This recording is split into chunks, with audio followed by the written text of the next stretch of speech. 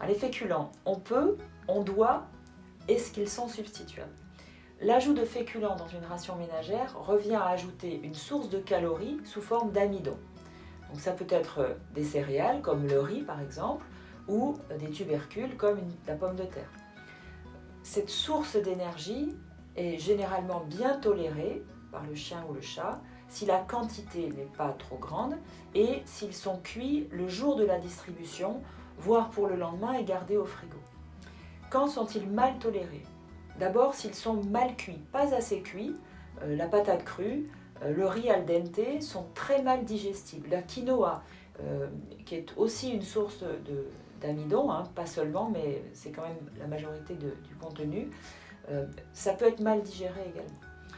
La deuxième chose, s'ils sont congelés, cuits, l'amidon se recombine et recristallise d'une manière qu'il n'est plus digestible à la congélation-décongélation aux températures où on peut congeler à la maison. Donc ça peut être des causes de maldigestion de l'amidon.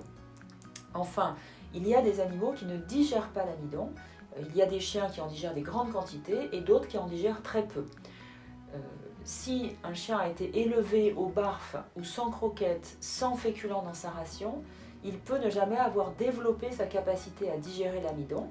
Enfin, s'il a une ration sans amidon pendant très longtemps, l'amylase, l'enzyme qui permet de digérer l'amidon, est inductible.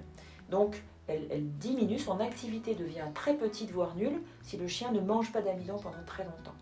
Donc, il faudra réintroduire très progressivement de l'amidon pour qu'à nouveau, il puisse le digérer.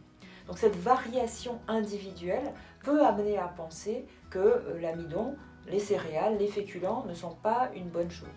Il ne faut pas mélanger un cas individuel et la population. Donc, si on résume, il n'est pas indispensable d'amener une source d'énergie glucidique dans la ration d'un chien ou d'un chat. On peut adapter le reste de la ration si on n'en amène pas. En revanche, la majorité des animaux vont en tolérer une quantité raisonnable.